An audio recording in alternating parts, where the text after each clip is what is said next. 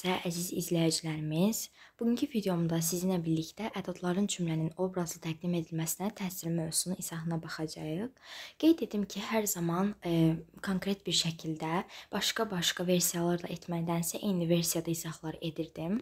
Bu günləri qərara aldım ki, 18 slayddan ibarət şəkildə qaydalarla sizə izah edim. Gəlin başlayaq. Yadda saxlayın ki, əvvəlcə biz danışarkən müsahibimiz və ya bizi dinləyənlər tərəfindən maraqlı qarşılanmaq istəyirik. Bəs bunun üçün nə edirik? Yəqin ki, ilk növbədə nitqimizi daha aydın kəlmələrlə, obrazlı ifadələrlə canlandırmağa çalışırıq. Köməkçi nitq hissələrindən biri olan ədadlar da bizə dəstəkçi sözlər kimi kömək edir. Ədad nəyə deyilir? Sözlərin, cümlələrin təsir gücünü artıran köməkçi nitq hissəsinə ədad deyilir. Yəni ki, ədad köməkçi nitq hissələrindən biridir.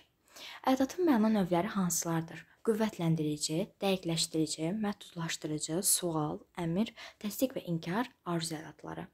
Gəlin hər birinə diqqət yetirək. Birinci, qüvvətləndirici ədadlar. Axı, ən, lap, daha, olduqca, da, də, ki, artıq, düz, nə və s. var ki, bunlar qüvvətləndirici ədadlardır. Gəlin buna aid nümunələr deyək. Axı, sən mərhəmətli, sadiq dost idin. Dostları belə ona salam vermirdi. Daha sonra ikinci, dəqiqləşdirici ədadlar. Elə, əsil, məhz. Məhz bu səbəbdən mən səninlə danışmaq istəmirəm və yaxud da danışmıram. Bu əsil məndəyən şəxsidir. Üçüncü, məhdudlaşdırıcı ədad. Yalnız, təkcə, bir, bircə, ancaq. Bunlar olacaq məhdudlaşdırıcı ədadlar. Məni yalnız bu dərdi çəkənlər anlayar. Ancaq sənə güvənirəm. Dördüncü, sual ədadı. Bəs, məgər, yəni, mü, ki, bunlar sual ədadlarıdır və hər zaman yadda saxlamalı ki, sual ədadlarının sonunda hər zaman sual işarəsi qoyulur. Daha sonra birinci və ikinci nümunələrə baxaq. Bəs dadlı şokolad necə? Məgər sən onu sevmirdin? Burada sual ədadları işlənib. Beşinci, təsdiq və inkar ədadları. Hə, bəli, yox, xeyr, heç də. Bunlar olacaq təsdiq və inkar ədadları. Bu məsələ heç də sən deyən kimi deyil. Bəli, biz qalib ölkənin vətəndaşlarıyıq. Bu, həmçində ədadlarımız, yəni təsdiq və inkar ədadlarımız günlük həyatımızda ən çox istifadə olunan ədadlardan biridir. Daha sonra altıncı, əmr ədadları. Di, qoy, bax, gör, sana, sənə. Bunlar hər zaman yadda saxlayın ki, əmr ədadlardır. Qoy hər zaman sülh olsun. Gəl sənə kömək edim.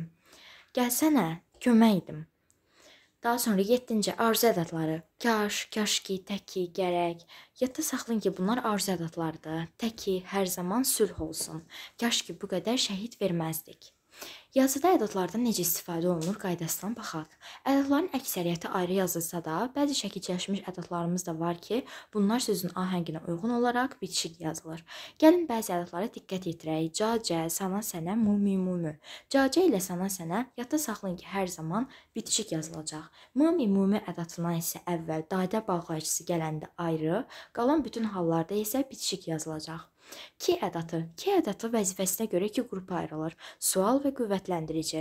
Ki ədadı cümlənin əvvəlində gəlsə qüvvətləndirici, cümlənin sonunda gəlsə sual ədadı olacaq. Məsələn, sən ki bunu bilirsən, burada ki başda işləndiyinə görə olacaq qüvvətləndirici ədad. Sən bunu bilmirsən ki, burada sual ədadı olacaq, çünki sonda gəlib. Ha ədadı. Feilin əmr şəklinə qoşularsa əmr bildirəcək, başqa şəkillərə qoşularsa qüvvətləndirici. Məsələn, nümunə verə bilərik. Dərsə vaxtında oxu, ha, bunu vaxtında et, ha və s. Ədadların homonimliyinə baxaq. Ədadların əvəzliyi ilə, bağlayıcı ilə, feil ilə homonimliyi var. Həmçinin də ancaq sözü bağlayıcı və ədaddır. Mən gəldim, ancaq sən gəlmədin. Biz bunu ancağı amma ilə əvəz eləyə bilirik. Mən ancaq sənə güvənirəm. Mən yalnız sənə güvənirəm. Daha sonra qüvvətləndirici ədadların bəziləri sifətin çoxaltma dərəcəsini yaradır. Məsələn, var gözəl gül, bir də var olduqca gözəl gül. Bir var yaxşı yarpaq, bir də var daha yaxşı yarpaq. Ədadlardan istifadə olunan dialoqumuza baxaq. Salam Nigar, salam Aynur. Tamaşanı bəyəndinmi? Bəli, olduqca maraqlı tamaşa idi. Çox bəyəndim. Mən son səhnədəki daha çox ürəyimə yatdı. Elə mən də onu qeyd etmək istəyirdim. Son səhnə təsirli idi. Bu oldu ədadlardan istifadə olunan. Gəlin indi ədadlardan istifadə olunmayan dialoqumuza baxaq. Salam Nigar, salam Aynur. Tamaşanı bəyəndin? Maraqlı tamaşa idi. Çox bəyəndim. Son səhnədəki hadisələr daha ürəyimə yatdı. Mən də onu qeyd etmək istərdim. Son səhnə təsirli idi. İndi gəlin hər birinə diqqət yetirək. Birinci nümunədə, yəni birinci dialoqumuzda cümlələr daha təsirli bir şəkildə qurulmuşdu. Lakin ikincidə ədədlərdən istifadə olunmadıqda cümlənin təsir gücü bir qədər zəiflədi. Daha sonra son olaraq təqdimatı Bəxtiyar Vahabzadənin şeirindən bir parça ilə bitirmək istəyərdim. Bu dil bizim ruhumuz, eşqimiz, canımızdır. Bu dil bir-birimizlə əhdi peymanımızdır.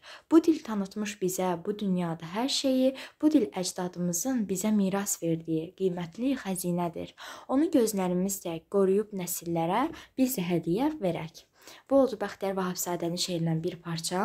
Beləliklə bugünkü təqdimatın sonuna gəldik. Ümidvaram ki, sizə ədəd haqqında proqramda olduğundan daha çox məlumat verə bildim.